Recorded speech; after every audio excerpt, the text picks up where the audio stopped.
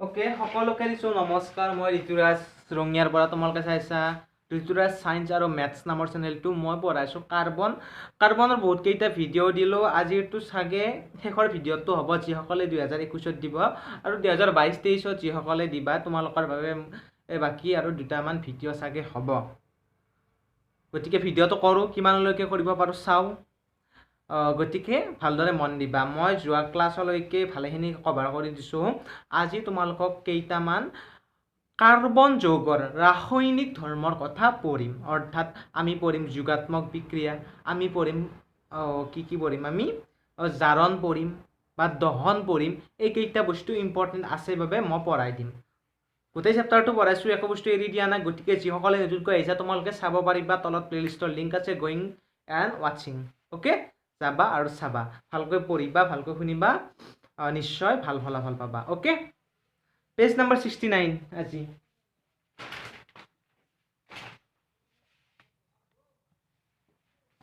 Page number 69।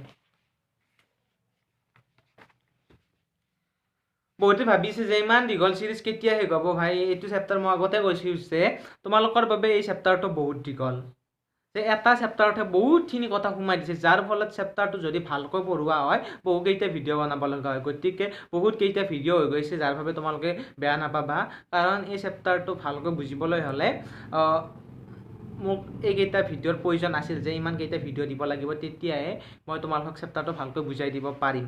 Okay, গতিকে যিসকলে চাইছা বহুত ভাল কথা, ভালকৈ চাগে বুজি পাইছা, আৰু যিসকলে বুজি পোৱা নাই চেষ্টা কৰিবা, নিশ্চয় বুজি পাবা। মই যিখিনি পাৰোঁ তোমালোকক বুজাই দিছোঁ।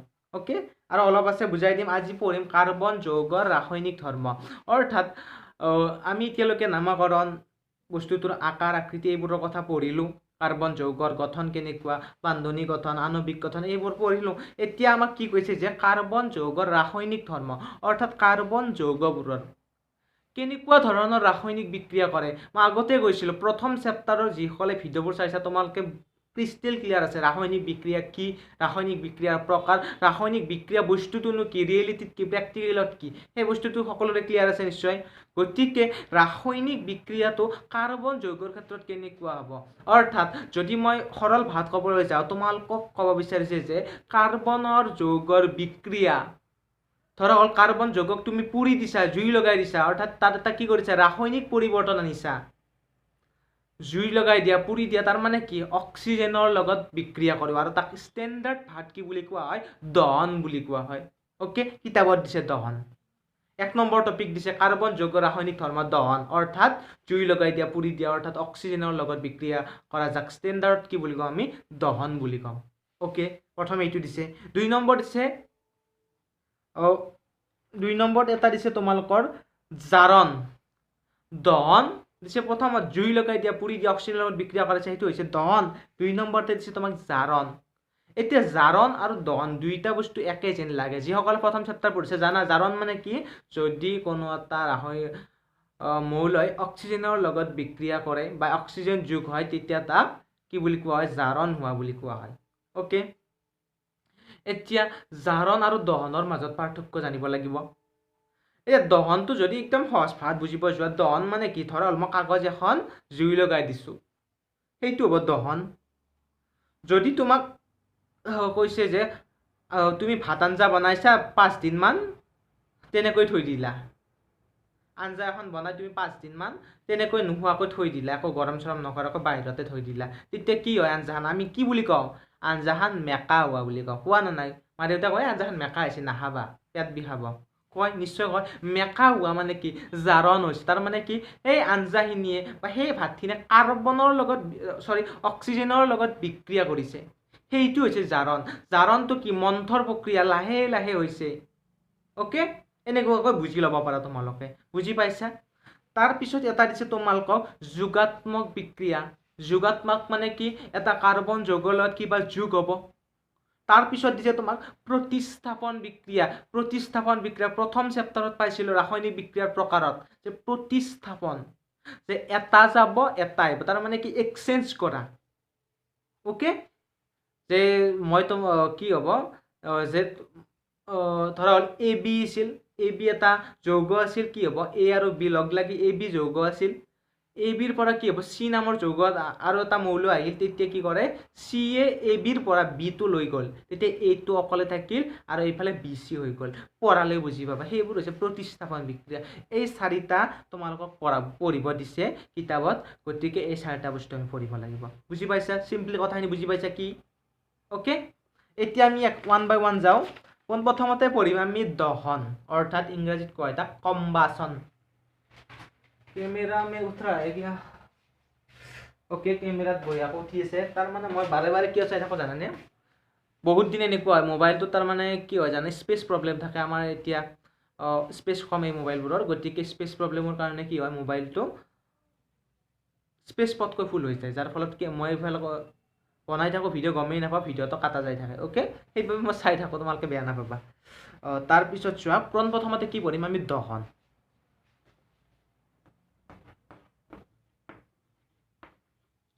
এতিয়া তোমালোকে বুজি পাইছা না নাই যে কাৰ্বন যৌগৰ ৰাসায়নিক ধৰ্ম বুলি ক'লে আমি কি কি বুজিব লাগিব এতিয়া বৰ্তমান এই চেপ্টাৰটো হিচাপে কি দহন 2 নম্বৰতে জাৰণ 3 নম্বৰতে যোগাত্মক বিক্ৰিয়া 4 নম্বৰতে প্ৰতিস্থাপন বিক্ৰিয়া এই চাৰিটা বস্তু জানিব লাগিব ওকে তাৰ পিছত ৰবা দহন এতিয়া আমি কোনটো পঢ়িছো দহন এটা দহন মানে কি পুৰা আমি জানো দহন হৈছে মানে জুই লগাই দিছে পুৰি দিছে সেইটো কোৱা হয় দহন এটা কাৰ্বনৰ তোমালোকক দহনৰ কি কৰিছে কিতাপত তোমালোকে চাব পাৰা 69 পেজত 69 যে তিনিটা বিক্ৰিয়া দিছে তোমালোকক দহনৰ তিনিটা এটা বিক্ৰিয়া দিছে কাৰ্বন যদি কেৱল কাৰ্বন পৰমাণু এটা থাকে অৰ্থাৎ কেৱল সি এটা থাকে সি এই কাৰ্বন পৰমাণুটোৱে ডাইৰেক্ট এই কাৰ্বন পৰমাণুটো দহন হলে কি হ'ব অৰ্থাৎ এই কাৰ্বন পৰমাণুটোৱে অক্সিজেনৰ লগত বিক্ৰিয়া কৰিলে কি হ'ব C+O2 কি হ'ব এইটো এক নম্বৰতে দিছে তোমালোকক 2 নম্বৰতে এটা বিক্ৰিয়া দিছে যে কাৰ্বন যৌগ এটা লৈছে এবাৰ কি লৈছে সহজ সংপৃক্ত লৈছে সহজ লৈছে তোমালোক একদম মিথেন লৈছে কৈছে মিথেনে অক্সিজেনৰ লগত অৰ্থাৎ CH4+ অক্সিজেন মিথেনে অক্সিজেনৰ লগত বিক্ৰিয়া কি হ'ব তাৰ পিছত এটা লৈছে তোমালোকৰ কাৰ্যকৰী মূলক থকা এটা লৈছে ৰবা কেমেৰাত উঠিছে ওকে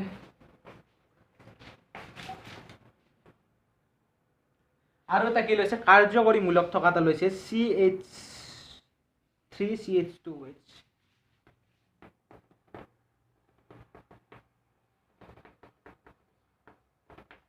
এইটো 3 নম্বৰতে লৈছে হা CH3CH2OH প্লাস O2 অৰ্থাৎ কাৰ্যকৰীমূলক ইয়াৰ নাম কি দুটা কাৰ্বন কি আছে দুটা কাৰ্বন থাকিলে কি ইথ তাৰপিছত এইটো কি একবন্ধনী আছে তাৰ মানে H তিনটা আছে আঁকি চাব পাৰা তোমালোকে গম পাবা একবন্ধনী আছে গতিকে ইথেন যোগ OH মানে কি OH মানে কি আছিল কাৰ্যকৰীমূলক এলকহল এলকহলৰ অল শব্দটো হ'ব ইথেন যোগ অল কি ইথানল ইথানলক কি কৰিছে অক্সিজেনৰ লগত বিক্ৰিয়া কৰি চাইছে যে কি হ'ব ওকে এই তিনটা বিক্ৰিয়া তোমালোকক দহনত দিছে গতিকে এই তিনটা বিক্ৰিয়া তোমালোকে মনত ৰাখিব লাগিব বুজি ল'ব লাগিব বা মুখস্থ কৰি ল'ব লাগিব যিসকলে বুজি নোপোৱাৰ কথা নাই বুজি পাবাই মনতো ৰাখিব লাগিব কেতিয়াবা পাহৰি যোৱা যায় না পৰীক্ষাত ভাবি থাকিবৰ টাইম নাই গতিকে মনতো ৰাখি থৈ দিব লাগিব এই তিনটা বিক্ৰিয়া তোমালোকে ভালদৰে পঢ়িব লাগিব ওকে মই এটা 1 বাই 1 তোমালোকক কৰাই দি আছো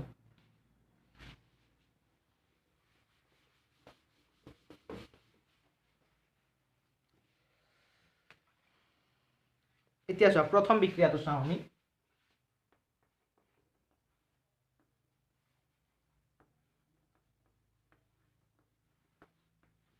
C+O2 যদি কাৰ্বন পৰমাণু এটাক অক্সিজেনৰ লগত বিক্ৰিয়া কৰা হয় তেতিয়া কি হ'ব তোমালোকক মই শিকাইছো অক্সিজেনৰ লগত বিক্ৰিয়া কৰলে অৰ্থাৎ জুই জ্বলাই দিলে কোনো এটা বস্তু দহন কৰিলে কি হয় কি উৎপন্ন হয় কি গ্যাস উৎপন্ন হয় কি গ্যাস সেই গ্যাসটো হৈছে কাৰ্বন ডাই অক্সাইড সদায় জানা সকলোৱে জানা যে যিকোনো বস্তু এটা পুৰিলে কাৰ্বন ডাই অক্সাইড উৎপন্ন হয় ইয়াতো কাৰ্বন আছে গতিকে কাৰ্বনে অক্সিজেনৰ লগত বিক্ৰিয়া কৰি কি উৎপন্ন কৰিব কাৰ্বন ডাই অক্সাইড CO2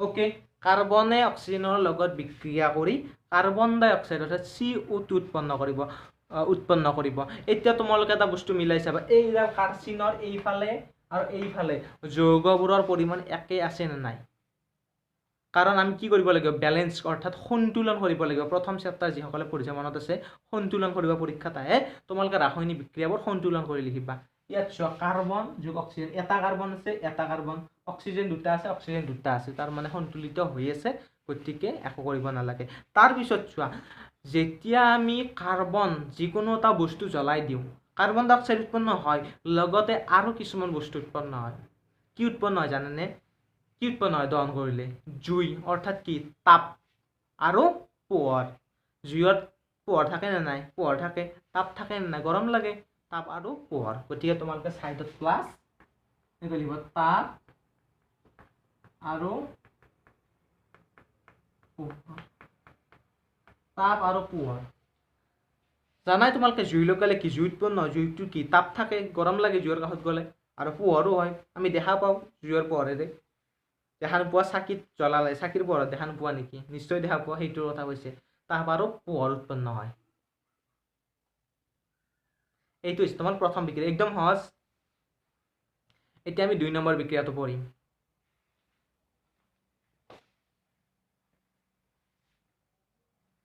ওকে ইয়াত তোমালোকে কি কৰিবা এই যৌগবোৰৰ তলত নামবোৰ লিখি দিবা ইয়াৰ নাম কি কাৰ্বন ডাই অক্সাইড নহয় এনেকৈ তলত কাৰ্বন ডাই অক্সাইড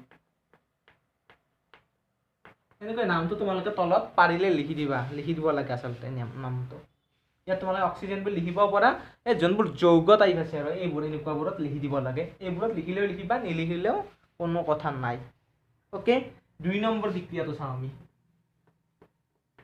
এইটো বিক্ৰিয়া এতিয়া পৰীক্ষাত আহিলে পাৰিবা যদি পৰীক্ষাত ওটা কাৰ্বন পৰমাণুৰ দহন বিক্ৰিয়াটো লিখা বা কাৰ্বন পৰমাণুক দহন কৰিলে কি হয় বা জুইত লগাই দিলে কি হয় তোমালোকে কৈ দিবা কাৰ্বন ডাই অক্সাইড উৎপন্ন হয় আৰু বিক্ৰিয়াটো লিখি দিবা ওকে বিক্ৰিয়াটো মেইন বিক্ৰিয়াটো লিখিব লাগে পৰীক্ষাত লিখা নাথাকিলেও প্ৰশ্নত যে বিক্ৰিয়াটো লিখা বুলি দিয়াও নাই তেতিয়াও লিখি দিবা তেতিয়া ভাল পায় আৰু শিক্ষকে 2 নম্বৰ কোৱেশ্চনটো 2 নম্বৰটো কি চোৱা যদি আমি এইবাৰ কাৰ্বন পৰমাণু নলয় কাৰ্বনৰ যৌগ এটা লৈছো কি যৌগ একদম সৰল যৌগ লৈছো মিথেন CH4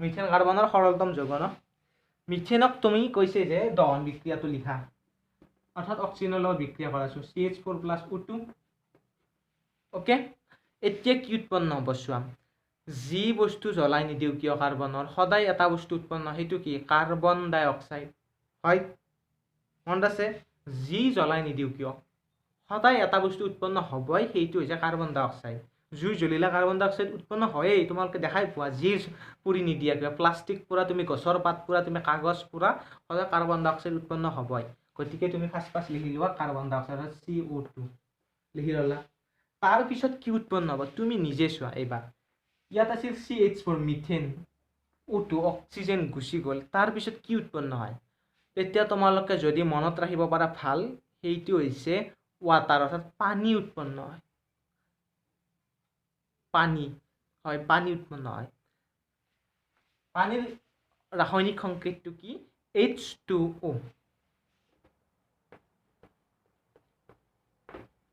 মনত আছে পানীৰ ৰাসায়নিক সংকেত H2O আৰু লগতে কি উৎপন্ন হয় তাপ আৰু পোহৰ উৎপন্ন হয় জানাই সকলো বিক্ৰিয়াতে তাৰ মানে দহন কৰিলে তাপ আৰু পোহৰ ওকে মনত থাকিব এই বিক্ৰিয়াটো কাৰ্বন অৰ্থাৎ মিথেনে অক্সিজেনৰ লগত বিক্ৰিয়া কৰিলে কি উৎপন্ন হ'ব কাৰ্বন ডাই অক্সাইড উৎপন্ন হ'ব লগতে মনত ৰাখিব লাগিব কি উৎপন্ন হয় পানী ওয়াটাৰ H2O ওয়াটাৰৰ এইটো সংকেত ৰাসায়নিক সংকেত H2O মনত ৰাখিবা H2O অৰ্থাৎ পানী উৎপন্ন আৰু তাপ আৰু পোহৰ এতিয়া তোমালোকে কি কৰিব দুই কাষটো সন্তুলন কৰিব লাগিব সন্তুলন কৰাটো শিকাই দিছো মই তথাপিও কি কৰো শিকাই দিও নেকি আৰু কাৰ্বন এটা আছে এটা বাবা H4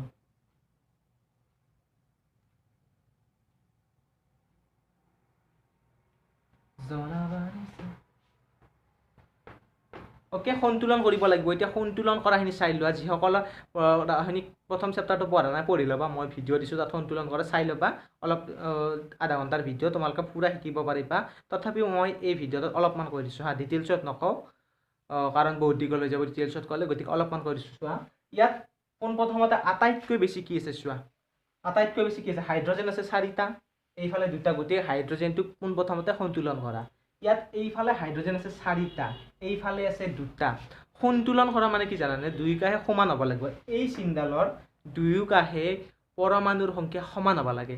ইয়াত চোৱা হাইড্ৰজেন আছে 4টা, ইয়াত আছে 2টা, কি দিব লাগিব আগত, এটা 2 এটা দিব লাগিব ইয়াত, কাৰণ এইটো আৰু এইটো পূৰণ হয়, এইটো আৰু এইটো পূৰণ, 2 পূৰণ 2 4, তাৰ মানে হাইড্ৰজেন আছে 4টা, বুজি পালা? ইয়াত আছে 4টা, গতিকে হাইড্ৰজেনটো কি হ'ল, সন্তুলন হ'ল। তাৰপিছত তুমি চোৱা অক্সিজেন আছে 2টা, এইফালে অক্সিজেন কেইটা, এই 2টা আছে ইয়াত, ইয়াত 2টা, কাৰণ এইটো আৰু ইয়াত 1 2 1 গুণ 2, সেইটো জানা না নাই? যিসকলে নাজানে চাই ল'বা দেই, বহুত ডিটেইলছত ক'লে আৰু দিগদাৰ হ'ব। 2 পূৰণ 1 2, গতিকে 2 যোগ 2 2 যোগ 2 4টা আছে এইফালে, এইফালে আছে 2টা, গতিকে আমি ইয়াত কি দিম, 2 এটা দি দিলোঁ, হ'ল এই 4টা, এইফালে 4টা, কাৰ্বন এটা আছে, এটা আছে, হৈ গ'ল সন্তুলন। চাই ল'বা এবাৰ, অ'কে? যিসকলে বুজি পোৱা নাই তোমালোকে চাই ল'বা। মই আকৌ এবাৰ কৈছোঁ, কাৰ্বন এটা আছে, এটা, হাইড্ৰজেন আছিল 4টা, গতিকে ইয়াত আছিল 2টা, সেইবাবে আগত এটা 2 দি দিলোঁ, যাতে 2 2 গুণ 4টা হৈ গ'ল হাইড্ৰজেন। অক্সিজেন ইয়াত 2টা হ'ল, এইফালে 2টা, 4টা আছে, ইয়াত আছিল 2টা, গতিকে আগত এটা 2 দি দিলোঁ, হৈ গ'ল 4টা। এই 2টা বিক্ৰিয়া হ'ল, আৰু লাষ্ট এটা বিক্ৰিয়া আছে।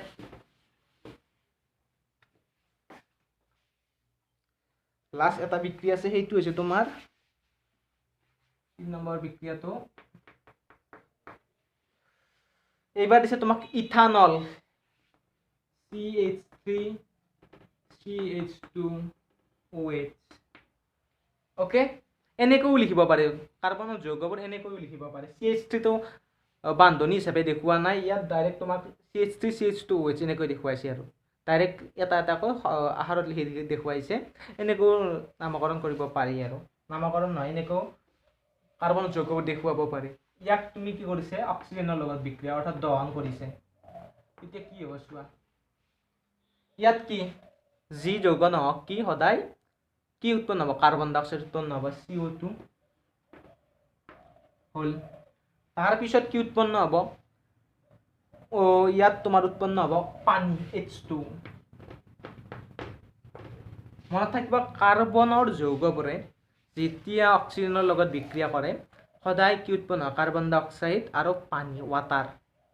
কিন্তু কাৰ্বন পৰমাণুটোৱে কিন্তু ৱাটাৰ সৃষ্টি নকৰে, অৰ্থাৎ পানী সৃষ্টি নকৰে, বাকী কাৰ্বন যৌগবোৰে পানী সৃষ্টি কৰে, গতিকে H2 লাগিব। তাৰপিছত তাপ আৰু পোহৰ। এতিয়া বহুতে ভাবিব, ছাৰ আমিতো কাৰ্বনৰ যৌগবোৰ পুৰি দিলে, ধৰা হ'ল যিকোনো কাগজ এখন পুৰি দিছোঁ, যিকোনো বস্তু পুৰি দিলোঁ, এতিয়া পানীটো নাপাওঁ। এতিয়া প্ৰশ্নটো তোমালোকৰ ভাল প্ৰশ্ন, কাৰণ পানীটো আমি যিকোনো বস্তু জুই লগাই দিলেতো পানী নাপাওঁ, তেনেহ'লে পানীটো ক'ৰ পৰা ক'ত গৈছে? এই পানীটো কি জানানে, এই পানীটো কি হয়, তোমালোকৰ জলীয় ভাপ হিচাপে ওলাই যায়। ধোঁৱা যেনেকৈ ওলাই তেনেকৈ ভাপ হিচাপে পানীৰ ভাপ ওলাই যায়, এনেকুৱাকৈ অলপ অলপ ওলাই যায়, বেছি নোলায়। গতিকে আমি চকুৰে দেখা নাপাওঁ, এনেকুৱা পানী নোলায়, লিকুইড অৰ্থাৎ জলীয়ভাৱে নোলায়, গেছ হৈ যায়।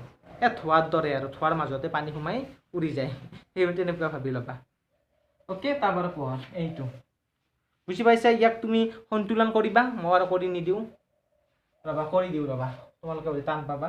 3 2 5টা, 6টা, ইয়াত আছে 2টা, ইয়াত মই এটা 3 দিব লাগিব। তাৰপিছত ইয়াত অক্সিজেন আছে 2টা, ইয়াত আছে 3টা, 3 2 5টা, কি আছে 3টা, 3 2 5টা, ইয়াত আছে এটা, ইয়াত 2 এটা দিব লাগিব।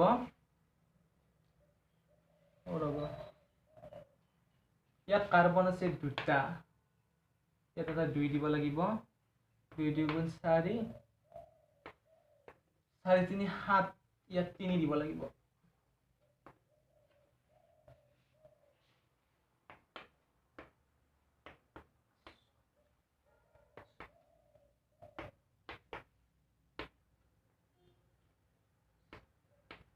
অ'কে, এইটো অক্সিজেনৰ আগত 3 দিব লাগিব, 3O2 হ'ব। তাৰপিছত ইয়াত 2CO2 প্লাছ 3H2। সন্তুলনটো তোমালোকে নিজে চেষ্টা কৰিবা, মই উত্তৰটো কৰি দিছোঁ, তোমালোকে নিজে ট্ৰাই কৰা,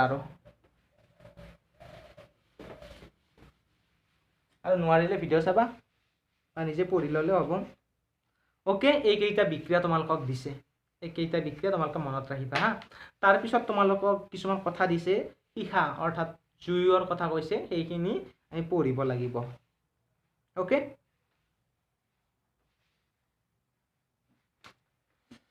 ইয়াত পোনপ্ৰথমতে তোমালোকক অলপ পঢ়ি দিছোঁ মই কি কি কৈছে। সংপৃক্ত হাইড্ৰকাৰ্বনে, সংপৃক্ত মানে কি, যিবোৰ কাৰ্বন যৌগ কি একবান্ধনী থাকে সেইবোৰক সংপৃক্ত হাইড্ৰকাৰ্বন বুলি কোৱা হয়। সংপৃক্ত হাইড্ৰকাৰ্বনে সাধাৰণতে অমলিন নীলা সীসা উৎপন্ন কৰে। এই তোমালোকে গেছ জ্বলালে কি কি ৰঙৰ জুই উৎপন্ন হয়? গেছ, এই ঘৰত চিলিণ্ডাৰ গেছত কি উৎপন্ন হয়? নীলা ৰঙৰ জুই দেখা পোৱা। তাৰ মানে কি, সংপৃক্ত অৰ্থাৎ একবন্ধনী থকা হাইড্ৰকাৰ্বনে কি উৎপন্ন কৰে? সদায় নীলা ৰঙৰ জুই। সীসা মানে জুই, জুইখিনি সীসা বুলি কয়। গতিকে নীলা ৰঙৰ সীসা উৎপন্ন কৰে। কি? সংপৃক্ত অৰ্থাৎ একবন্ধনী থকা।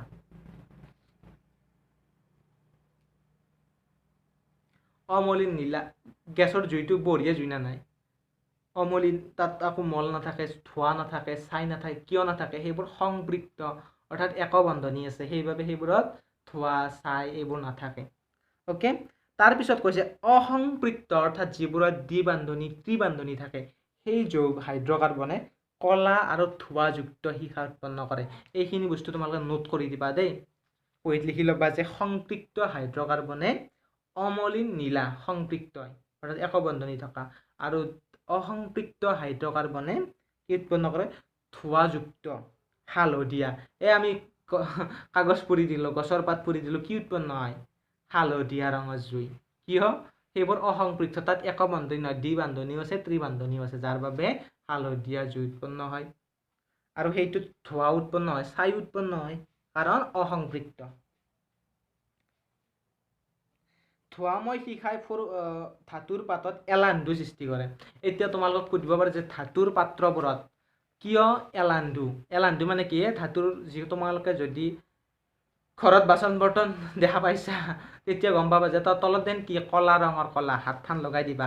কাৰোবাৰ ঘৰত থালি আছে, ভোজত ৰন্ধা থালিখন লাৰি চাবাচোন, হাতবোৰ কলা হৈ যায়। কি সেইবোৰ? এই কলা বস্তুবোৰ, সেই কলাবোৰ হৈছে এলান্ধু বুলি কয়। এই এলান্ধুটো কিহৰ বাবে হয়? যে অসংপৃক্ত হাইড্ৰকাৰ্বন যেতিয়া আমি দহন কৰিম তেতিয়া কি হয়? এলান্ধুৰ সৃষ্টি হয়। তাৰমানে হাইড্ৰকাৰ্বনটো দহন নহয়, অৰ্থাৎ পোৰা নাযায় সম্পূৰ্ণৰূপে, যাৰ ফলত এই পাত্ৰটোত লাগি ধৰি থাকে। অৱশ্যে বায়ুৰ পৰিসীমিত যোগানৰ ফলত সংপৃক্ত হাইড্ৰকাৰ্বনৰ অসম্পূৰ্ণ দহন ঘটি এলান্ধুযুক্ত সীসা উৎপন্ন হ'ব পাৰে। কেতিয়াবা তোমালোকে দেখা পাবা যে গেছত জ্বলালেও কি হয়? কলা এলান্ধু পৰে। কিয় এলান্ধু পৰে? কাৰণ পৰিসীমিত বায়ুৰ যোগান, অৰ্থাৎ বায়ু যোগান সম্পূৰ্ণৰূপে নাপায়, যাৰ ফলত কি হয়? এলান্ধুৰ সৃষ্টি হয়। অ'কে, এইটো বস্তু বুজি ল'বা, পৰিসীমিত বায়ুৰ উপস্থিতিত। কৈছে যে ঘৰৰ ব্যৱহাৰ কৰা গেছ ষ্টভ বা কেৰাচিন ষ্টভত বায়ু সোমাব পৰাকৈ ৰন্ধ্ৰ থাকে, যাতে পৰ্যাপ্ত বায়ু বা অক্সিজেন ইন্ধনৰ লগত মিহলি হৈ অমলিন নীলা সীসা উৎপন্ন কৰে। গতিকে যিবোৰ আমাৰ ষ্টভ আছে, ষ্টভ চিনি পোৱা ষ্টভ, এই কেৰাচিন ঢালি যেনেকৈ মাৰি থাকিব লাগে, যিসকলে ফুলাৰি খোৱা, ফাষ্টফুড খোৱা, তেওঁলোকে দেখা পাবা বনাই থাকে যে কেৰাচিন ঢালি এনেকৈ জুই উৎপন্ন হৈ থাকে। সেইবোৰত কি থাকে? কিছুমান ফুটা থাকে। যিসকলৰ লেম্প আছিল, লেম্পবোৰ থাকিলে গম পাবা লেম্পত কিছুমান সৰু সৰু ফুটা নাথাকে, যাতে অক্সিজেন প্ৰৱেশ কৰিব পাৰে, বায়ু প্ৰৱেশ কৰিব পাৰে আৰু নীলা সীসা উৎপন্ন কৰিব পাৰে, য'ত এলান্ধু একেবাৰে কমকৈ হয় আৰু। অ'কে, ৰন্ধন কাৰ্যত ব্যৱহাৰ কৰা পাত্ৰৰ তলিত এলান্ধু লাগিলে বুজিবা যে ষ্টভৰ বায়ু ৰন্ধাবোৰ বন্ধ হৈ পৰিছে। গতিকে যেতিয়া তোমালোকে দেখা পাবা যে কলা পৰিছে, ষ্টভত তোমালোকে ভাত বনোৱা, তেতিয়া যদি দেখা পোৱা যে কলা পৰিছে তলাখন, তেতিয়া কি গম পাবা? যে ষ্টভত যিবোৰ ফুটা আছিল অক্সিজেন সোমোৱাকৈ, সেই ফুটাবোৰ মাৰ গৈছে, সেইবাবে কলা পৰিছে। অ'কে, কয়লা বা পেট্ৰলিয়াম ইন্ধনত কিছু পৰিমাণে নাইট্ৰজেন আৰু ছালফাৰ থাকে। যিবোৰ কয়লা আছে, পেট্ৰলিয়াম আছে, ধৰ পেট্ৰল ডিজেল, এইবোৰত নাইট্ৰজেন আৰু ছালফাৰ অলপ মিহলি হৈ থাকে, আৰু এই যাতে পটকৈ জুই লাগি যায় আৰু সেইটো কাৰণে দিয়ে এইবোৰ। আৰু সিহঁতৰ দহনৰ ফলত ছালফাৰ আৰু নাইট্ৰজেন ডাই অক্সাইড উৎপন্ন হয়, আৰু এইবোৰে কি কৰে? বায়ু প্ৰদূষণ কৰে। ছালফাৰ আৰু নাইট্ৰজেন অক্সাইডবোৰে বায়ু প্ৰদূষণ কৰে। কেতিয়াবা সুধিব পাৰে যে পেট্ৰলিয়ামে কিয় বায়ু প্ৰদূষণ কৰে? কি ক'বা সালফাৰ নাইট্ৰজেন থাকে আৰু সালফাৰ নাইট্ৰজেনৰ অক্সাইড অৰ্থাৎ অক্সিজেন যেতিয়া লগ হ'ব সেইবোৰে কি কৰে বায়ু প্ৰদূষণ কৰে ওকে এইখিনি টপিক তোমালোক পঢ়াই দিলোঁ ইয়াৰ পৰা তোমালোকে যদি কিবা প্ৰশ্ন বনাব পাৰা ভালকৈ পঢ়ি থৈ দিবা এইখিনি বস্তু ওকে তাৰপিছত আহিল তোমালোকৰ এটা হালধীয়া বক্সত দিছে পদাৰ্থৰ দহনত সীসা উৎপন্ন হয় বা নহয় এতিয়া কিছুমান বস্তু পুৰিলে সীসা উৎপন্ন হয় জুইখিনিক সীসা বুলি কয় সেই জুইখিনি উৎপন্ন হয় কিছুমানত আকৌ নহয় এতিয়া তোমালোকে চাবাচোন লোহাৰ ৰড এডাল আৰু নকবা সেইবোৰ আৰু দীঘলৈ যাব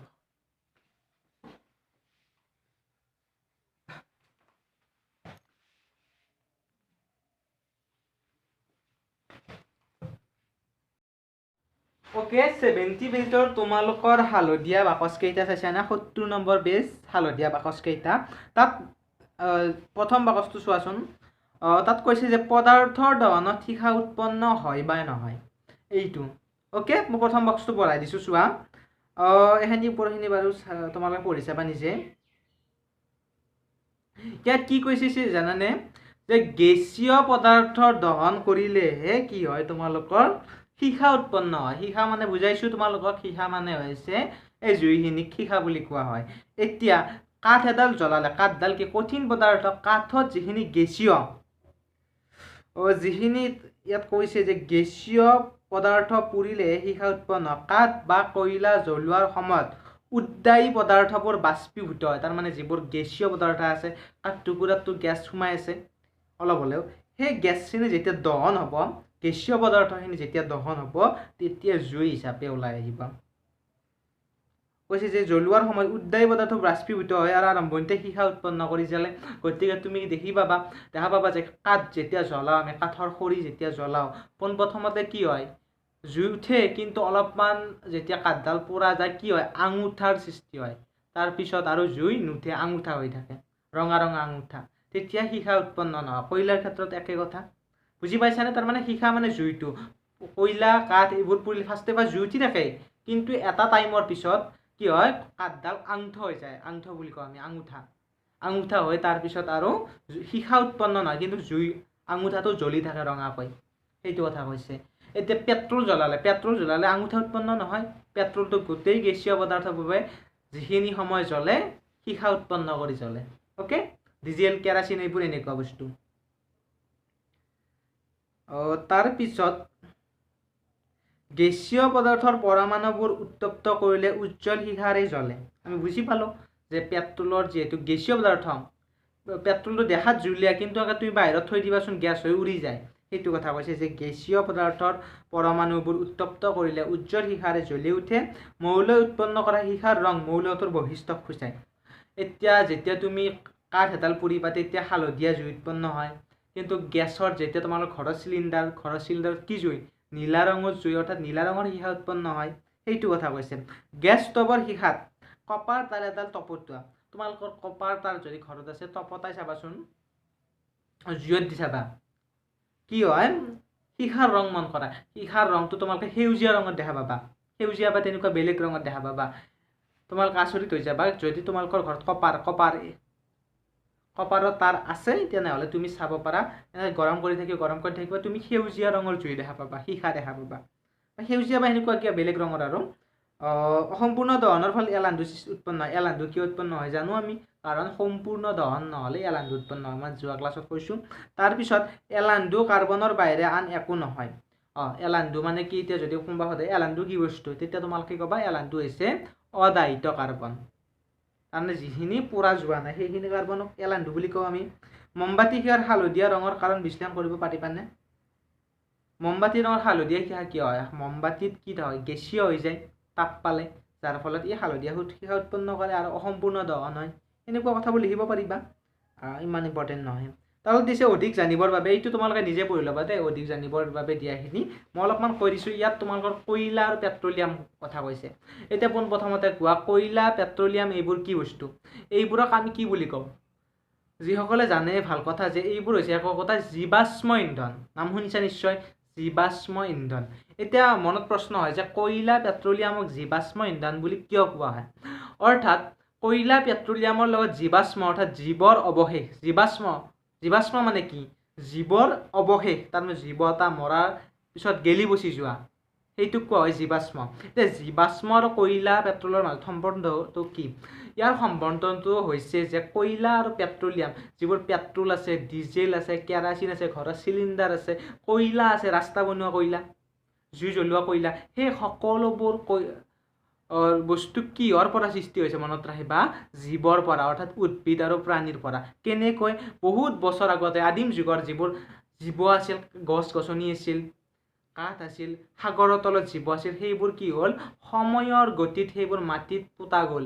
ভূমিকম্প হ'ল বা ভূমিস্খলন হ'ল, মাটিত পোতা যায়, সেইবোৰত চাপ আৰু তাপৰ ফলত কি হৈ গ'ল? বৰ্তমান যদি কয়লাৰ ৰূপ, পেট্ৰলৰ ৰূপ ধাৰণ কৰিলে। গতিকে আমি এইবোৰ মাটি খান্দিলে কয়লা পেট্ৰলিয়াম কিছুমান ঠাইত পোৱা যায়। সেইটো কথাৰ কাৰণে বুজি পাইছা? পঢ়ি চাব পাৰা, পঢ়িলে বুজি পাবা, একদম সহজ। এতিয়া আমি 2 নম্বৰটো কৰিম জাৰণ। 2 নম্বৰ টপিকটো পঢ়িম আমি এইবাৰ জাৰণ।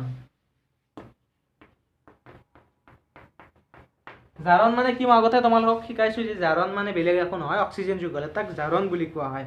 এতিয়া জাৰণৰ ডেফিনেশ্যন কিতাপত দিয়া নাই, মাত্ৰ এটা বস্তু তোমালোকক বিক্ৰিয়া এটা দিছে জাৰণত, সেই বিক্ৰিয়াটো জানিব লাগিব, বুজিব লাগিব। আৰু জাৰক কাক বোলে সেই দুটা দিছে, সেই দুটা বস্তু পঢ়ি লওঁ আমি। অ'কে? তোমাৰ কাষতে তোমাৰ কথাকে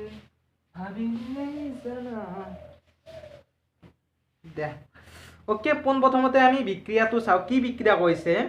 যে এলকহল জাৰণৰ, এলকহলৰ জাৰণ। এলকহল মানে কি বুজি পাইছানে? এলকহল কিহৰ কথা কৈছে? আমি যে এটা কি পাইছিলোঁ ৰবা পাহৰি যাই থাক, কাৰ্যকৰীমূলক। এলকহল কি আছিল? কাৰ্যকৰীমূলক। এতিয়া এলকহলৰ জাৰণ হ'লে, অৰ্থাৎ এলকহলত যদি অক্সিজেন যোগ হয়, তাৰ মানে কি? এলকহল থকা যৌগ এটাত যদি অক্সিজেন যোগ হয়, তেনেহ'লে কি যৌগ উৎপন্ন হ'ব? তাৰ বাবে এটা ৰাসায়নিক বিক্ৰিয়া কিতাপত দিয়া আছে। গতিকে তোমালোকে জানিব লাগিব, বহুত ইম্পৰ্টেণ্ট এনেকুৱা বিক্ৰিয়াবোৰ। অ'কে? তোমালোকে বঢ়িয়াকৈ নোট কৰি লিখা যে এলকহলৰ জাৰিত কৰিলে বা এলকহলৰ জাৰণ ঘটিলে, এলকহলৰ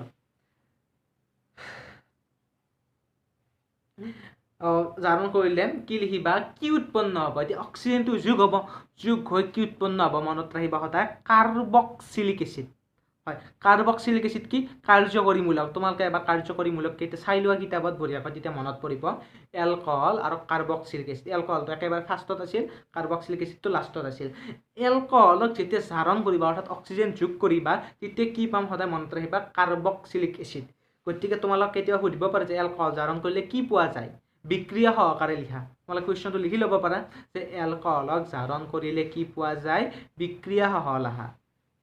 এনেকুৱা প্ৰশ্নটো আহিব পাৰে। নহ'লে প্ৰশ্নটো এনেকৈ দিব পাৰে, ইথানলৰ জাৰণ বিক্ৰিয়াটো লিখা। ইথানলৰ জাৰণ। ইথানল মানে কি? এলকহলে এটা, তাৰ জাৰণ বিক্ৰিয়াটো লিখা। অ'কে? এনেকৈ কুৱেশ্যন তোমালোকে পোষ্ট কৰি লিখি ল'বা। তাৰ উত্তৰটো হ'ব এলকহলৰ জাৰণ কৰিলে সদায় মনত ৰাখিবা কি উৎপন্ন হয়? কাৰ্বক্সিলিক এচিড উৎপন্ন হয়। Carboxylic acid. বিক্ৰিয়াটো লিখিবা এতিয়া।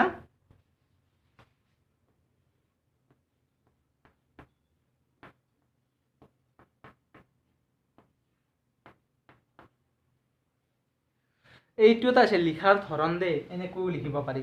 যৌগ হাইড্ৰজেন কেইটা আমি ইয়াত বান্ধনি দি লিখিব পাৰোঁ, কিন্তু আমি বান্ধনি দি লিখা নাই। ইয়াত আমি CH3 মানে হাইড্ৰজেন 3টা H3 বুলি লিখি দিছোঁ। অ'কে? আণৱিক সংকেতৰ দৰেকৈ অলপ লিখিছোঁ।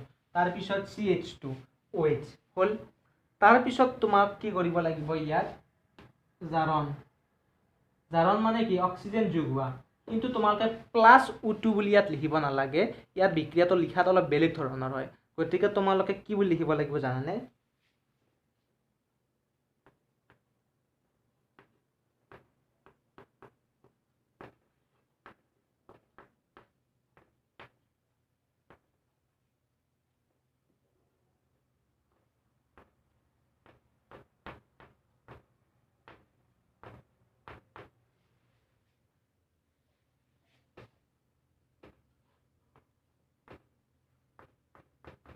ৰবা, এইখিনি অলপমান ক্ৰিটিকেল আছে, গতিকে তোমালোকে ফাৰ্ষ্ট লিখি ল'বা বস্তুখিনি, নহ'লে বুজাত অলপ টান হ'ব নাইবা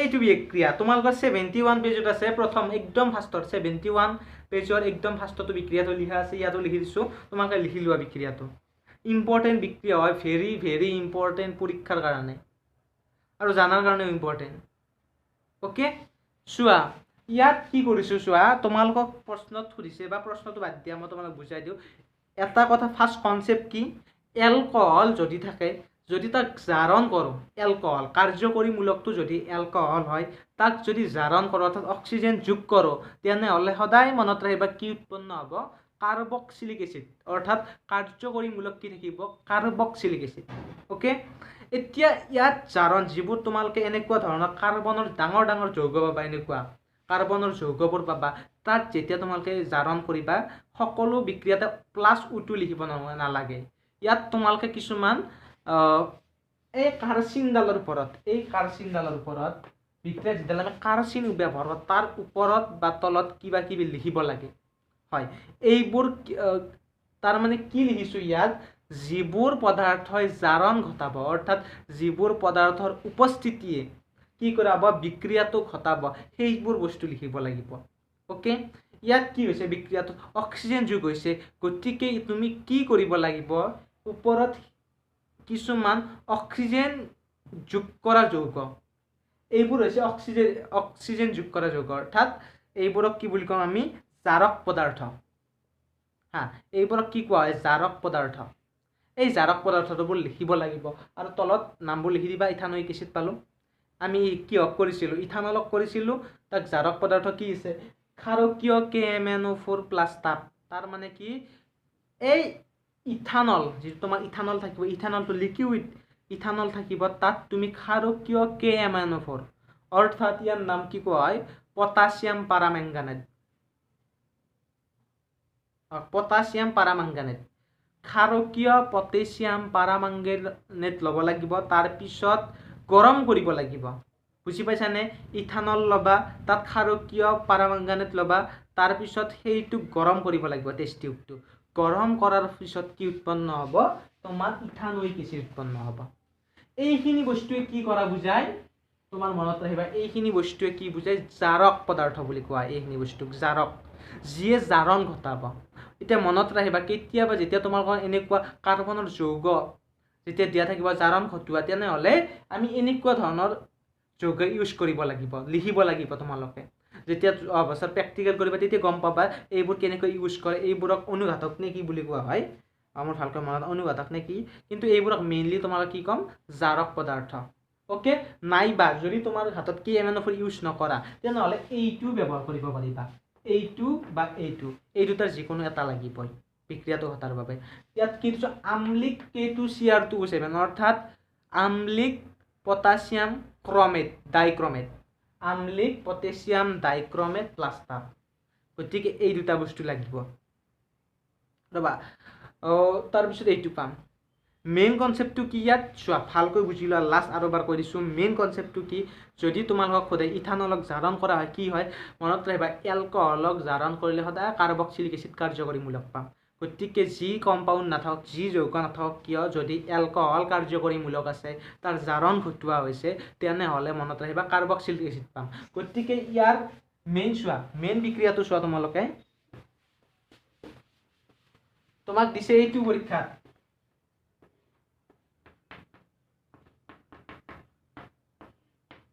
মেইন বিক্রিয়া আছে তোমার এইটো কি ইয়ার জারণ ঘটালে ইয়াত জারণ বুলি লিখি দিছো মই জারণ ঘটালে কি পাম কি পাবা ইয়াত তোমাকে সদায় মনত রাখিবা এইটো অ্যালকোহল যেহেতু সদায় কি পাবা কার্বক্সিলিক অ্যাসিড CH3COOH ওকে এইটো হল কার্বক্সিলিক অ্যাসিড পালা কিন্তু এনেকৈ পরীক্ষাত লিখি দিলে নম্বৰ নিদিয়ে কি কৰিব লাগিব তুমি ইয়াত কি পদাৰ্থ ব্যৱহাৰ কৰি এই প্ৰক্ৰিয়াটো ঘটালা সেইটো বস্তু লিখিব লাগিব গতিকে ইয়াত তুমি কি ব্যৱহাৰ কৰিছিলা ক্ষাৰকীয়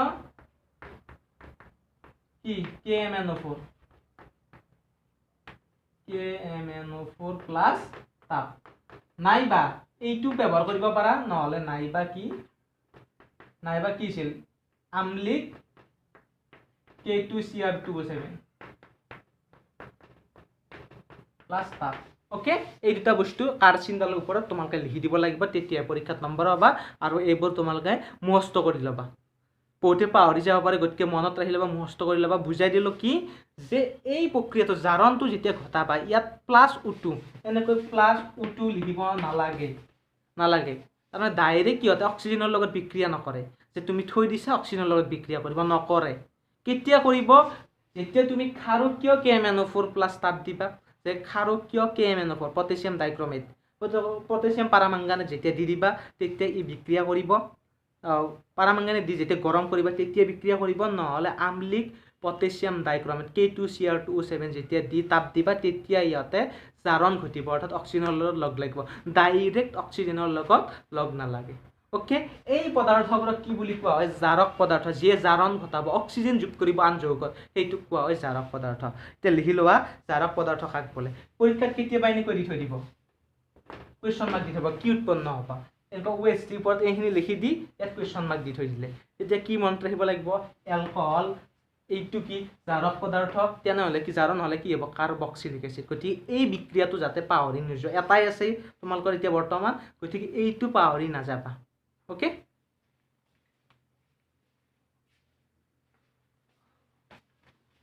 এইটো যাতে পাহৰি নোযোৱা এইটো নোট কৰি থৈ দিবা দেই পাহৰি নাযাবা কিবা কাৰণ এজ এ হাৰ্ড কুৱেশ্যন অৰ্থাৎ টান কুৱেশ্যন হিচাপে আহি যাব পাৰে আৰু এইটো পৰীক্ষাত নোৱাৰিলে 100 ভিতৰত 100 নাপাবা 98 পাই যাবা 2 নম্বৰ দি দিব গতিকে এই কুৱেশ্যনটো যিসকলে 100 ভিতৰত 100 100 ভিতৰত 90 100 ভিতৰত 95 100 ভিতৰত 80 85 এইবোৰ পাব বিচাৰিছা তোমালোকে এই কুৱেশ্যনটো যাতে ভুল নকৰা যদি আহি যায় এজ এ হাৰ্ড কুৱেশ্যন মই কৈছো নহয় এইটো সহজ কুৱেশ্যন নহয় ফটকৈ বহুতে নোৱাৰে এইটো এজ এ টান কুৱেশ্যন হিচাপে তোমালোকে ভাবি থৈ দিবা আৰু এবাৰ চাই যাবা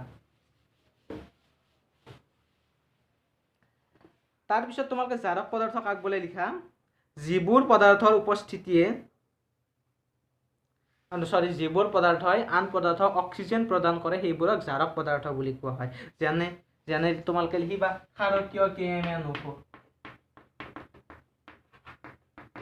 এইতে যিবোৰ ইউজ কৰিলো সেইবোৰে লিখি দিবা KMnO4 ইয়াৰ নাম কি পটাছিয়াম কিছিল পটাছিয়াম ম্যাঙ্গানিজ মই পাহৰি যাও নামবোৰ পটাছিয়াম পাৰামাংগানেট আৰু K2Cr2O7 নাম কি পটাছিয়াম ডাইক্ৰোমেট ওকে এইবোৰ নামবোৰ মনত ৰাখি থৈ দিব পাৰা তাৰ পিছত কি কৈছে ক্ষাৰকীয় পটাছিয়াম পাৰামাংগানেট নাম লিখি কোনো এলকহলিছিল যাইতো এইবোৰ জাৰক পদাৰ্থ তোমালোক দিছে গতিকে জাৰক পদাৰ্থ আহিলে কি লিখিবা ক্ষাৰকীয় পটাছিয়াম পাৰামাংগানেট বা পটাছিয়াম ডাইক্ৰোমেট এই যেটো লিখিলো কি ক্ষাৰকীয় এক্সাম্পল কি ক্ষাৰকীয় KMnO4 বা আম্লিক K2Cr2O7 পটাছিয়াম ডাইক্ৰোমেট তাৰ পিছত আমি নেক্সট টপিকটো লৈ আহো এইটো ৰিএকচন যাতে তোমালোকে পাহৰি নোযোৱা নেক্সট টপিকটো আছে তোমালোকৰ যোগাত্মক বিক্ৰিয়া এতিয়া যোগাত্মক বিক্ৰিয়া কি জানিব লাগিব ওকে নেক্সট তোমালোকৰ আছে টপিক যোগাত্মক বিক্ৰিয়া লিখি দিও আৰু যোগাত্মক বিক্ৰিয়া এইবোৰ যোগাত্মক বিক্ৰিয়া এইবোৰ টপিক আচলতে তোমালোকক বেছি বুজিবা লগা নাথাকে এইবোৰত তোমালোকক মেইনলি সমুটোকা লিখিব আহে আৰু পৰীক্ষাত প্ৰশ্ন আহিব দেচোন তোমালোকে গতিকে যোগাত্মক বিক্ৰিয়াৰ সমুটোকা হিচাপে মুখস্থ ৰাখিবা দেই আহি যাব পাৰে ওকে মই পঢ়াই দিছো বুজাই দিও মই যিখিনি বুজাব পাৰো বাকি তোমালোকে সমুটোকা হিচাপে মনত ৰাখিবা কেতিয়াবা আহি যাব পাৰে যোগাত্মক বিক্ৰিয়াৰ বিষয়ে লিখা চমুকৈ 3 নম্বৰ বা 2 নম্বৰ দি দিব তেতিয়া তোমালোকে পঢ়ি গ'লে পাৰিবা ওকে কি চোৱা পেলেডিয়াম বা নিকেল অনুঘটকৰ উপস্থিতিত অসংপৃক্ত হাইড্ৰকাৰ্বনৰ লগত হাইড্ৰজেন যোগ হৈ সংপৃক্ত হাইড্ৰকাৰ্বন উৎপন্ন হয় এতিয়া চোৱা যোগাত্মক বিক্ৰিয়া নামটোতে কি আছে যোগ অৰ্থাৎ কিবা বস্তু যোগ হ'ব সেইবাবে কৈছে যোগাত্মক বিক্ৰিয়া এতিয়া কি কৈছে পেলাডিয়াম বা নিকেল অনুঘটকৰ উপস্থিতিত অনুঘটক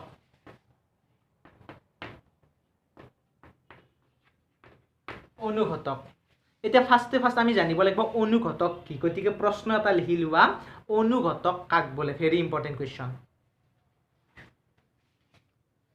ওকে প্ৰশ্নটো লিখি লৈছা অনুঘটক কাক বোলে উত্তৰত লিখিবা অনুঘটক হল এনে কিছুমান পদাৰ্থ যি নিজৰ ধৰ্মৰ কোনো পৰিৱৰ্তন নোহোৱাকৈ পোষ্ট কৰি লিখি যাবা তোমালোকে পৰিৱৰ্তন নোহোৱাকৈ বিক্ৰিয়াৰ গতিবেগ বঢ়োৱাত সহায় কৰে অনুঘটক হল এনে কিছুমান পদাৰ্থ যিয়ে নিজৰ ধৰ্মৰ কোনো পৰিৱৰ্তন নোহোৱাকৈ কি কৰে বিক্ৰিয়াৰ গতিবেগ বঢ়োৱাত সহায় কৰে ওকে লিখি লৈছা পোষ্ট কৰি লিখি লোৱা মই বুজাই দিছো অনুঘটক বস্তুটো কি অনুঘটক হৈছে তাৰ মানে এনেকুৱা কিছুমান পদাৰ্থ যাৰ উপস্থিতিয়ে বিক্ৰিয়া তাৰ গতিবেগ বঢ়োৱাত সহায় কৰে ধৰা হ'ল তুমি কাগজ এখন পুৰিছা কাঠ এটুকুৰা পুৰিছা ধৰা হ'ল তুমি কাঠ এটুকুৰা পুৰি আছা এটা কাঠ টুকুৰা সম্পূৰ্ণ পৰা যাওঁতে কিমান টাইম লাগিব ধৰা হ'ল 1 ঘণ্টা লাগে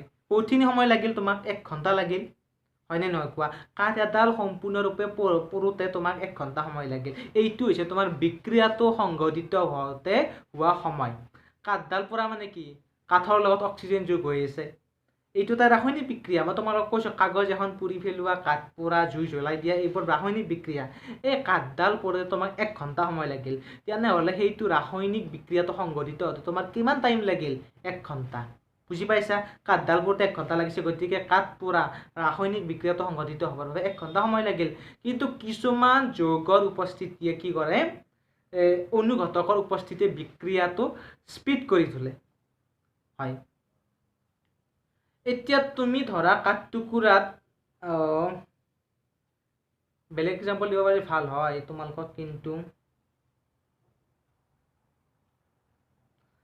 ধৰা হ'ল তুমি কাঠ টুকুৰা এনে সিম্পলি এক্সাম্পল দিছো এনে জাস্ট এক্সাম্পল দিছো দে কাঠ টুকুৰা তুমি এটা এঠাই সেমেকা ঠাইত থৈ দিলা সেমেকা ঠাই অৰ্থাৎ য'ত পানী ভাৱ হৈ আছে আৰু জিকা চাৰিওফালে পানীৰ মাজত গোটাই চাৰিওফালে জিকা পৰিবে তাত কাঠ টুকুৰা পুৰিছা তেতিয়া সময় বেছি লাগিব কিন্তু যদি তুমি কাঠ টুকুৰা এনেকুৱা এটা ঠাইত পোৱা য'ত শুকান চাৰিওফালে শুকান মৰুভূমি তাত যদি পুৰা কম সময় লাগিব না নাই বা নহলে তুমি ভাবা কাঠ টুকুৰাত পেট্ৰল ঢালি দিছা তেতিয়া কি হ'ব কাঠ টুকুৰা অতি সহজতে পুৰা যাব কম সময়ত পুৰা যাব কিন্তু এইবোৰ এক্সাম্পল এপ্ৰোপ্ৰিয়েট নহয় দে কাৰণ ইয়াত পেট্ৰলৰ ৰাসায়নিক ধৰ্ম চেঞ্জ হৈ যাব কিন্তু মেইন যেটো অনুঘটকৰ ডেফিনেশ্যন যে অনুঘটক এনে কিছুমান পদাৰ্থ যাৰ উপস্থিতিয়ে ৰাসায়নিক বিক্ৰিয়াটা গতিবেগ বঢ়ায় এই কাঠ টুকুৰা পুৰা যোৱাত বহুত সোনকালে হৈ যাব কম সময়ৰ ভিতৰতে ৰাসায়নিক বিক্ৰিয়াটো শেষ হৈ যাব আৰু তাৰ নিজৰ ধৰ্মৰ কোনো ধৰণৰ পৰিৱৰ্তন নহয় তাৰ মানে যেটো বস্তু থবা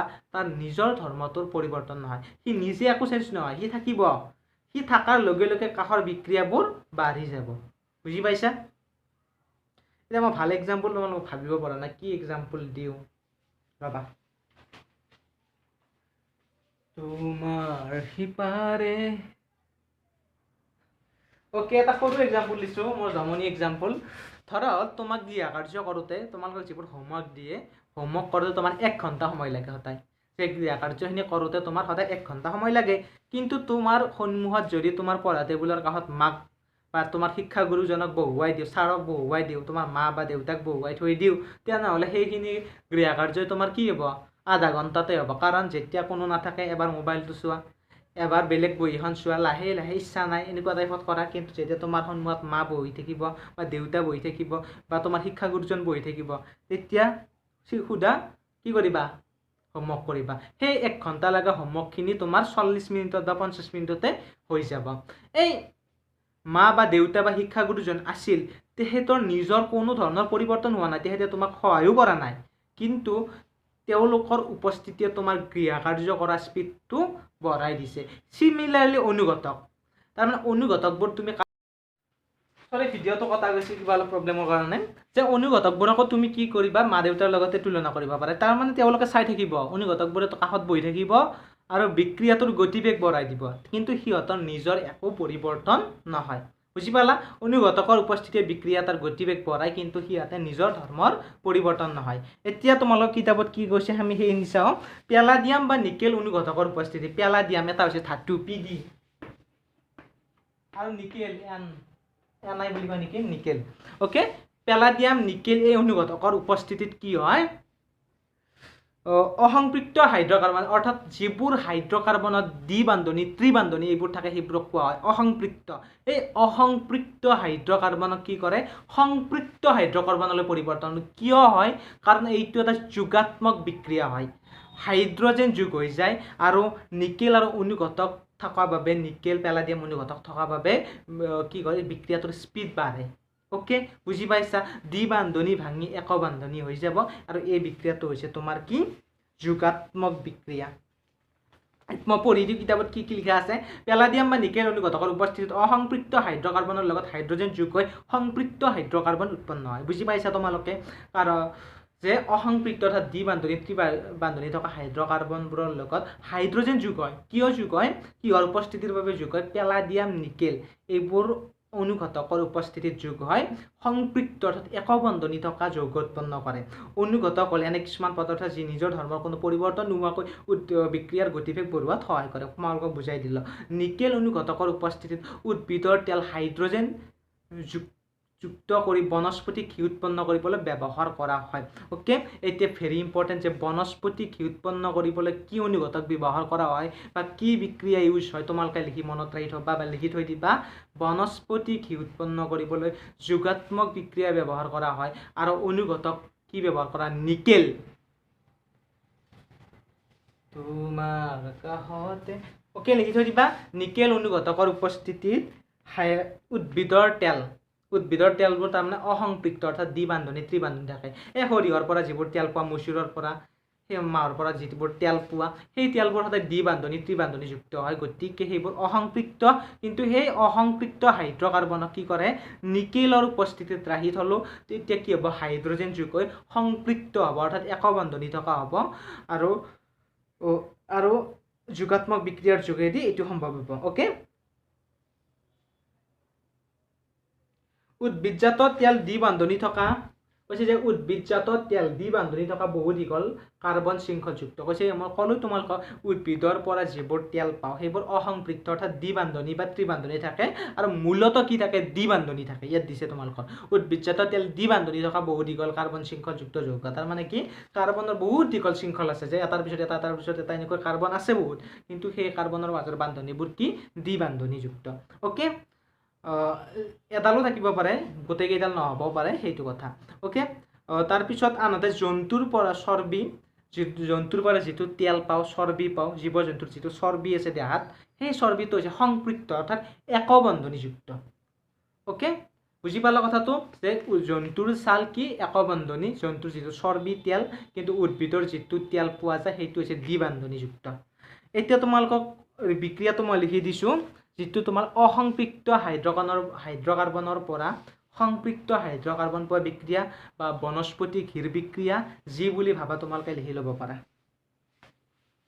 যি আহে তাতে এই বিক্ৰিয়াটো ইউজ কৰিব পাৰিবা। যোগাত্মক বিক্ৰিয়া যদি তোমালোকক লিখিব থাকে তেনেহ'লে এইটো বিক্ৰিয়া লিখিব পাৰা, বা বনস্পতি ঘিৰ বিক্ৰিয়াটো যদি তোমালোকক লিখিব দিয়ে এইটো বিক্ৰিয়া লিখিব লাগিব। বিক্ৰিয়াটো মই লিখি দিছোঁ C11C, এইবোৰত R,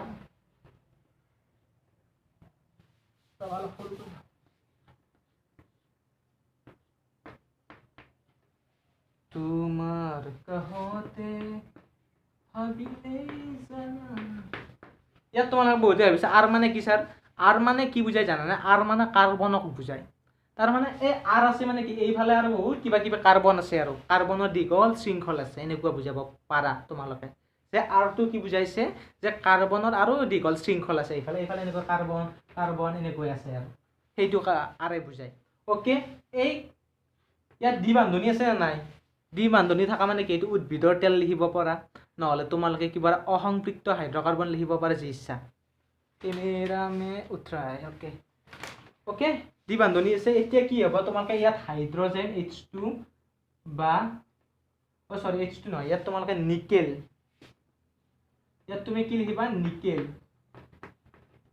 নিকেল অনুঘাতক এনেকৈ লিখি দিবা কাৰ্চিনডালৰ ওপৰত কাৰ্চিনডালৰ ওপৰত কিবোৰ লিখিব লাগে তোমালোকে সদায় মনত ৰাখিবা কাৰ্চিনডালত সেইবোৰ লিখিব লাগে যিবোৰ বিক্ৰিয়াত থাকে কিন্তু বিক্ৰিয়াটোত সিহঁতৰ কোনো ধৰ্মৰ পৰিৱৰ্তন নহয় সেইবোৰ বস্তু লিখিব লাগে ইয়াত চোৱা নিকেলটো কি আছে অনুঘাতক হিচাপে আছে বাবে আমি ইয়াত কাৰ্চিনৰ ওপৰত লিখিব লাগিব বুজি পাইছা তাৰ বিক্ৰিয়াটোত যোগ হোৱা নাই কিন্তু বিক্ৰিয়াটোত সি জড়িত হৈ আছে সেইটো লিখিব কাৰণে আমি কাৰ্চিনৰ ওপৰত লিখিম তাৰ পিছত ইয়াত কি যোগ হৈছে হাইড্ৰজেন H2 তলত H2 লিখিবা কাৰণ হাইড্ৰজেনো থাকিব লাগিব তেতিয়াহে যোগ হ'ব যে যদি তুমি পৰিৱেশটোত হাইড্ৰজেনে না ক'ৰ পৰা হাইড্ৰজেন আহিব গতিকে H2 লিখিব লাগিব যাতে H2 টো কি বুজাইছে যিটো বায়ুমণ্ডল আছে চৌপাশৰ পৰিৱেশ আছে তাত হাইড্ৰজেন আছে সেইটো বুজাইছে H2 তলত লিখিবা তাৰ পিছত কি হ'ব তোমাৰ H2 এই দ্বিবান্ধনীডাল একবন্ধনী হৈ যাব বাকি R হিচাপে লিখিবা কেৱল মাত্ৰ দুই সাইডে এটা হাইড্ৰজেন যোগ কৰি দিয়া যাতে চাৰিডাল বান্ধনী হয় ওকে সিম্পল ৰিএকশন কিতাপত আছে তোমালোকে কিতাপৰ পৰা লিখি লোৱা এইটো হৈছে তোমাৰ বিক্ৰিয়া তাৰপিছত কি কৈছে উদ্ভিদজাত তেল স্বাস্থ্যৰ পক্ষে ভাল বুলি বিজ্ঞাপনবোৰ তোমালোকে নিশ্চয় দেখিছা হয় আমি যিবোৰ তেল খাওঁ সেইবোৰ উদ্ভিদৰ পৰা পোৱা তেলে খাওঁ যিবোৰ তোমালোকে মিঠা তেল ব্যৱহাৰ কৰা সেইবোৰ কি উদ্ভিদৰ পৰা পোৱা কিন্তু জন্তুৰ চৰ্বিত সংপৃক্ত ফেটি এচিড থাকে বাবে ই স্বাস্থ্যৰ পক্ষে হানিকাৰক যিবোৰ সংপৃক্ত তেল অৰ্থাৎ যিবোৰ তেলত একবান্ধনী থাকে সেইবোৰ তেল আমাৰ স্বাস্থ্যৰ কাৰণে বহুত বেয়া যেনে জন্তুৰ পৰা পোৱা তেল তোমালোকে জন্তুৰ পৰা পোৱা তেল খোৱা নেকি নিশ্চয় নোখোৱা কিয় কাৰণ সেইবোৰ সংপৃক্ত সেইটো মনত ৰাখিবা গতিকে সংপৃক্ত হাইড্ৰকাৰ্বনৰ আমি যিবোৰ তেল পাওঁ জীৱ জন্তুৰ পৰা সেইবোৰ নাখাওঁ কিয় নাখাওঁ জীৱ জন্তুৰ তেল কাৰণ সেইবোৰ সংপৃক্ত স্বাস্থ্যৰ কাৰণে হানিকাৰক বুজি পাইছা সংপৃক্ত মানে একবন্ধনী থকা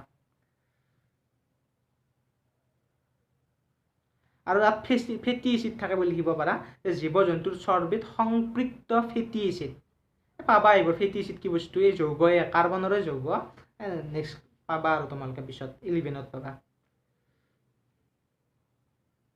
অসংপৃক্ত ফেটি এচিড থকা তেল ৰন্ধনৰ বাবে অধিক উপযোগী যিবোৰ অসংপৃক্ত ফেটি এচিড তাৰ মানে তেলত সদায় মনত ৰাখিবা তেল চৰ্বি এইবোৰত ফেটি এচিড থাকে পাবা তোমালোকে ফেটি এচিড হৈছে কাৰ্বনৰ দীঘল শৃংখল এচিড আৰু ফেটি এচিড এইবোৰ এচিড নহয় দেই আমি যিবোৰ এচিড পঢ়িছে সেই এচিড নহয় ডাইৰেক্ট এচিড নহয় এইবোৰ চৰ্বি এককতা এই চৰ্বিবোৰত কি থাকে তোমালোকৰ জীৱ জন্তুৰ পৰা যিটো পাম সেইটো সংপৃক্ত ফেটি এচিড আৰু যিটো তোমালোকে উদ্ভিদৰ পৰা পোৱা অসংপৃক্ত আৰু উদ্ভিদৰ পৰা যিটো অসংপৃক্ত ফেটি এচিড পাওঁ সেইটো স্বাস্থ্যৰ কাৰণে ভাল কিন্তু জীৱ জন্তুৰ পৰা যিটো সংপৃক্ত পাওঁ সেইটো বেয়া সেইবাবে কোৱা হৈছে জীৱ জন্তুৰ যেতিয়া তোমালোকে মাংস চাংস বেছিকৈ খোৱা চৰ্বি বেছিকৈ নাখাবা তেল বেছি নাখালে বেমাৰ হয় এনেকৈ শুনা নহয় তোমালোকে যে তেল নাখাবা বেমাৰ হয় কিন্তু তেলখিনি খাব ভাল লাগে কিন্তু তেলখিনি খাব নালাগে বুলি কয় কিয় কয় কাৰণ সংপৃক্ত ফেটি এচিড থাকে যিটো স্বাস্থ্যৰ কাৰণে হানিকাৰক ওকে এইটো হৈছে তোমাৰ যোগাত্মক বিক্ৰিয়া অলপ স্পীড হৈ আছে তোমালোকে এইবোৰ মুখস্থ কৰিব লাগিব অলপ বুজি লৈ মুখস্থ কৰিবা তাৰপিছত প্ৰতিস্থাপন বিক্ৰিয়া তোমালোক শিকাইছো ফাৰ্ষ্ট ক্লাছ যিটো প্ৰথম চেপ্টাৰ পঢ়াইছিল তাতে আছে প্ৰতিস্থাপন বিক্ৰিয়া ওকে কাছাৰ ভিডিঅ' ওকে হেৰি এতিয়া লাষ্ট থাকিল তোমালোকৰ প্ৰতিস্থাপন বিক্ৰিয়া মই প্ৰথম অধ্যায়টো পঢ়াতে শিকাইছো গতিকে বেছি টেনশ্যন নাই তোমালোকে পাৰিবা নিশ্চয় প্ৰতিস্থাপন বিক্ৰিয়াটো প্ৰতিস্থাপন বিক্ৰিয়াত কি হয় এটা যৌগ গুচি যায় এনেকুৱা আছিল মনত আছেনে AB + C implies AC + B যে এটাই আনটোক চিটকাই দিয়ে যদি অধিক সক্ৰিয় হয় এতিয়া চোৱা কাৰ্বনৰ যিবোৰ যৌগ আছে যিসকল নাজানে চাই ল'ব পাৰিবা মোৰ তাত ভিডিঅ' আছে মোৰ প্ৰথম অধ্যায়টো যিটো পঢ়াইছোঁ তাৰ 3 নম্বৰটো ভিডিঅ'টো চাগে তাত প্ৰতিস্থাপন বিক্ৰিয়া বুজাইছোঁ ওকে ইয়াত তোমালোকৰ কাৰ্বনৰ যিবোৰ যৌগ আছে সেইবোৰে বেছি প্ৰতিস্থাপন বিক্ৰিয়া নেদেখুৱায় কিন্তু কিছুমানে দেখুৱাব কিন্তু বেছি আৰু ইমান বেছি দেখুৱায় আৰু যিবোৰে দেখায় বহুত কেইটা কি কৰে প্ৰডাক্ট মানে হৈছে যিবোৰ উৎপন্ন বিক্ৰিয়াজাত পদাৰ্থ এইটো কি এফলে যিটো থাকে এইটো হৈছে বিক্ৰিয়ক আৰু এইটো হৈছে বিক্ৰিয়াজাত পদাৰ্থ এই কাৰ্চিনৰ সোঁফালে থকাবোৰক কি কোৱা হয় বিক্ৰিয়াজাত পদাৰ্থ অৰ্থাৎ প্ৰডাক্ট এই প্ৰডাক্ট বহুত কেইটা উৎপন্ন হয় সেইটো কথা কৈছে আৰু তোমালোকক এটা বিক্ৰিয়া দিছে এই বিক্ৰিয়াটো তোমালোকে এই বিক্ৰিয়াটো তোমালোকে চাই থৈ দিবা কাৰণ কেতিয়াবা দি দিব পাৰে বিক্ৰিয়াটো হৈছে তোমালোকে লিখি লোৱা বিক্ৰিয়াটো হৈছে সূৰ্যৰ পোহৰৰ উপস্থিতিত ক্লোৰিনৰ বিক্ৰিয়া কাৰ লগত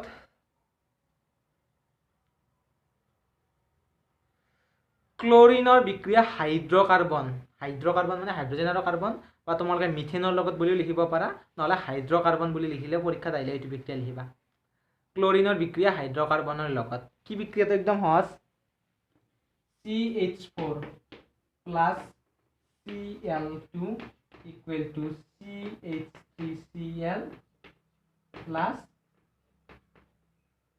HCl ইয়াত তোমালোকে সূৰ্যৰ পোহৰ বুলি লিখি দিবা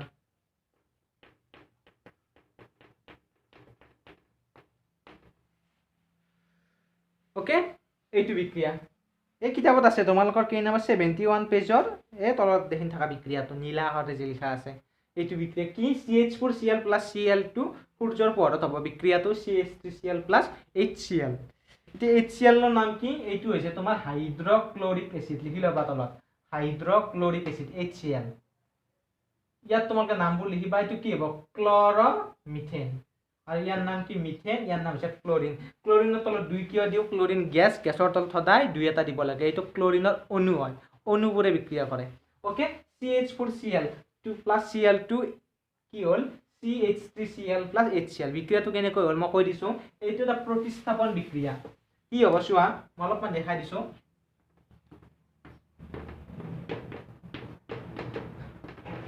এইটো কি মিথেন CH4 এই ইয়াত কি কৰিব Cl2 যে ক্লোৰিন আছে Cl2 Cl এই Cl কি কৰে প্ৰতিস্থাপন বিক্ৰিয়া কৰে কি কৰিব এই হাইড্ৰজেনটো চিটিকাই দি ই সোমাই আহিব ইয়াত ওকে হাইড্ৰজেনটো ই চিটিকাই দিব প্ৰতিস্থাপন কৰিব হাইড্ৰজেনক এই হাইড্ৰজেনটো চিটিকি যায় ক্লোৰিনটো ইয়াত সোমাই আহে এইবোৰ ইমান ডিটেইলছত নালাগে তোমালোকে এই বিক্ৰিয়াটোৰ কেনেকৈ হ'ল এইটোটা তোমালোকে পিছত পঢ়িব পাবা কিন্তু এতিয়া নালাগে এই তোমাৰ ক্লাছ 9ত নালাগে বাকি কিতাপত যেহেতু দিয়া নাই সেইবাবে মই কৰি দিয়া নাই লাগিলে কৰি দিলো হয় কিতাপত দিয়া থাকিলে কৰি দিলো হয় নহলে নালাগে এতিয়া জাস্ট বুজাই দিলো কি হয় এই ক্লোৰিনটোৱে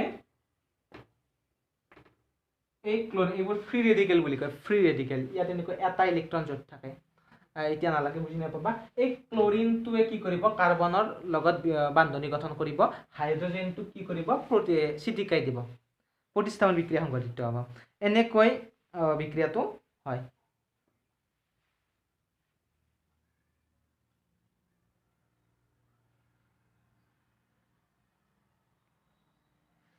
এতিয়া তোমালোকে বিক্ৰিয়াটো কি পাইছিলা CH4 plus Cl2 CH3Cl plus HCl এইটো পাইছিলা ইয়াত আছিল সূৰ্যৰ পোহৰ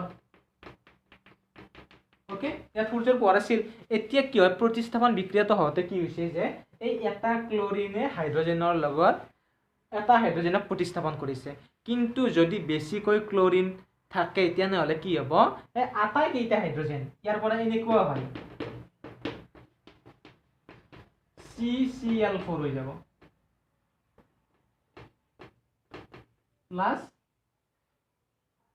HCl কি হ'ব CCl কিয় CCl4 হৈ যাব যে গুটেই কেইটা হাইড্ৰজেনকো প্ৰতিস্থাপন কৰি দিব পাৰে এই বিক্ৰিয়াটো তোমালোকৰ কিতাপত দিয়া নাই দেই এইবাৰ মই লিখি দিয়া নাই জাস্ট তোমালোক এটা প্ৰতিস্থাপন কৰি দেখাইছে যদি বেছিকৈ ক্লোৰিন থাকে বেছিকৈ হাইড্ৰজেন থাকে তেনেহলে এই বিক্ৰিয়াটো হৈ যাব লাষ্টত গুটেই কেইটা হাইড্ৰজেনে প্ৰতিষ্ঠা হৈ যাব তাৰ মানে কি চিটিকাই দিব ক্লোৰিন যদি ক্লোৰিন বহুত থাকে এটা ক্লোৰিন থাকিলে কি কৰিব এটা হাইড্ৰজেনক চিটিকাই দিব যদি বহুত ক্লোৰিন থাকে গোটেই চাৰিটা হাইড্ৰজেনক চিটিকাই দি আটাইবোৰ ক্লোৰিন হৈ যাব গতিকে CCl4 হৈ যাব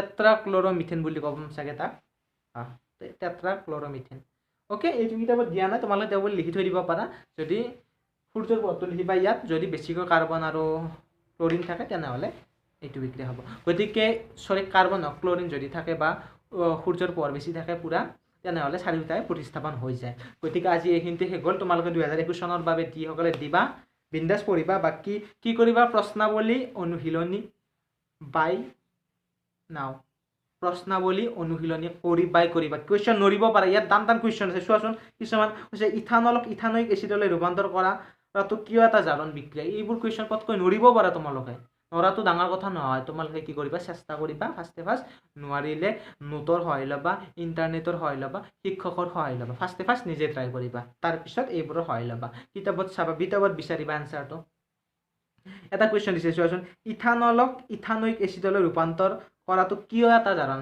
বিক্ৰিয়া কিয় জাৰণ কাৰণ ইয়াত অক্সিজেন যোগ হৈছে অক্সিজেনৰ জাৰণ ঘটিছে অক্সিজেন সোমাইছে এইবোৰ বঢ়িয়াকৈ আছে নোটত আছে শিক্ষাগুৰুসকলে তোমালোকক লিখি দিছে চাগে সেইমতে ভালকৈ লিখিবা আটাইবোৰ কুৱেশ্যন কৰিবা নিশ্চয় পৰীক্ষাত ভাল ফলাফল পাবা ওকে প্ৰশ্নাৱলী কৰিবাই ওকে প্ৰশ্নাৱলী অনুশীলনী প্ৰশ্নাৱলী বেছি কৰিবা অনুশীলনীও কৰিবা